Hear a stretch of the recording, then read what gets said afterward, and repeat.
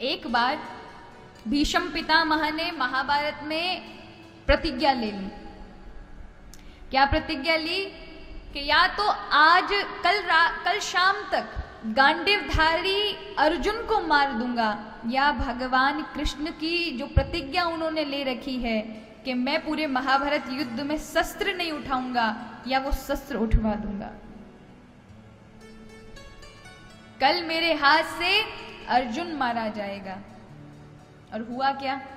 सब चिंता में खलबली मच गई, सब जगह पांडवों की सेना में खलबली मच गई।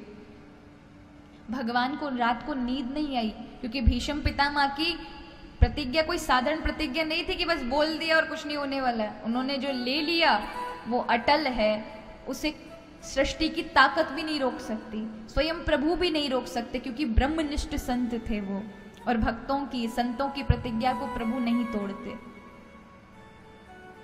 लेकिन जब रात्रि में प्रभु को 2 बज गए, क्या होगा क्या होगा? अब प्रभु मन में सोचने लगे, जब मैं इतना चिंतित हूं तो अर्जुन कितना चिंतित होगा।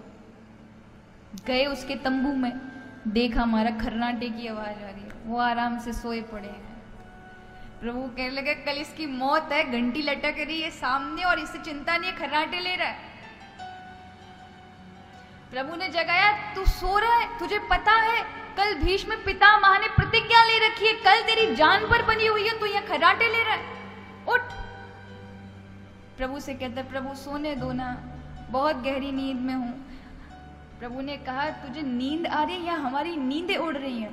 बोले, प्रभु जिसने अपने जीवन की बागडोर आपके हाथ सौंप रखी, वो चैन से नहीं सोएगा तो फिर कौन सोएगा?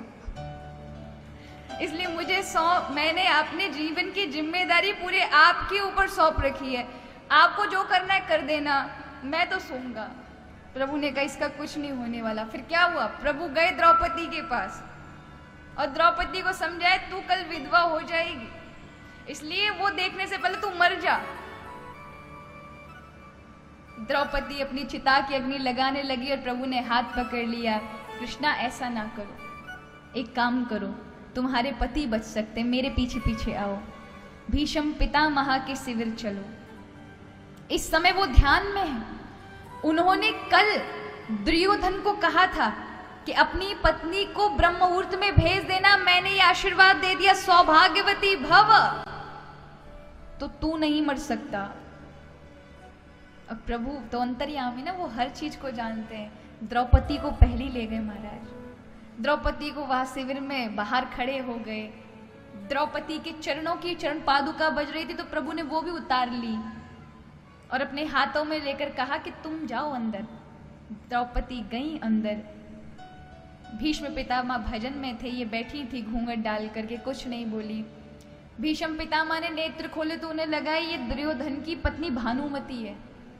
तो उन्होंने कहा, बेटी तुम कब आई, मुझे पता नहीं चला, आओ आशीर्वाद लो, सौभाग्यवती भव। तुरंत द्रौपदी ने कहा, महाराज प्रपितामह ये बताइए कि वो कल वाली प्रतिज्ञा सही थी या आज वाला ये जो आपने मुझे ये आशीर्वाद दिया ये सत्य है, क्या सच है? दोनों में से एक तो झूठा ही हो सकता है ना। कल आप मेरे पति को मारने की बात करके प्रतिज्ञा ले चुके हो और आज मुझे वही सौभाग्यवती भव का आशीर्वाद दे रहे हो, तो क्या सत्य है, किसको सत्य मानूं? भीष्म पितामह रो पड़े, कौन तुझे लेकर आया पहले ये बता। क्योंकि दुर्योधन और मेरे अलावा तीसरे को नहीं पता था, मुझे लगता है वो कारी कमरी वाले ने ये काम किया है। तो द्रौपदी कहती, नहीं नहीं मैं तो अकेले आई हूं। तो कहा, आर्यों की नारियां कभी अकेले नहीं जाया करती, कोई तो आया है। तो कहा, मेरे भाई आए हैं, एक ग्वारिया भाई हैं जो दूध देते हैं, क्योंकि असत्य नहीं बोल सकती वो भीष्म पितामह के सामने। तो कहा, हाँ अपने भाई से मिलाओ, हम भी देखना चाहते हैं। और दौड़ कर भीष्म पितामह गए तो क्या देखा महाराज, एक छोटी सी धोती पहने हुए हैं प्रभु, साधारण सा भेष रखे हैं और हाथों में द्रौपदी की चप्पलें हैं जो सुदर्शन चक्र उठाते हैं और समस्त सृष्टि का भार हरते हैं। वो भक्तों के लिए क्या क्या नहीं बन जाते। आज भीष्म पितामह आंखों से अश्रु लेकर प्रभु से हाथ जोड़कर कहने लगे, मैं तो जानता था कि जहां आप है वहां विजयश्री होनी होनी है, उसे कोई नहीं रोक सकता। लेकिन आप भक्तों के लिए ये भी बन सकते हैं, ये मैंने आज देखा।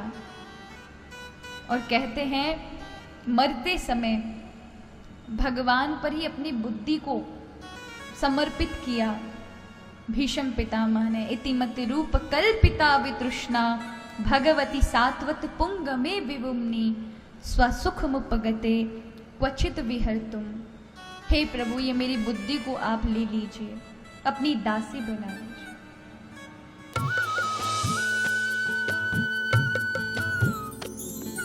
सर्वधर्म संगम, धर्म के सच्चे प्रहरी।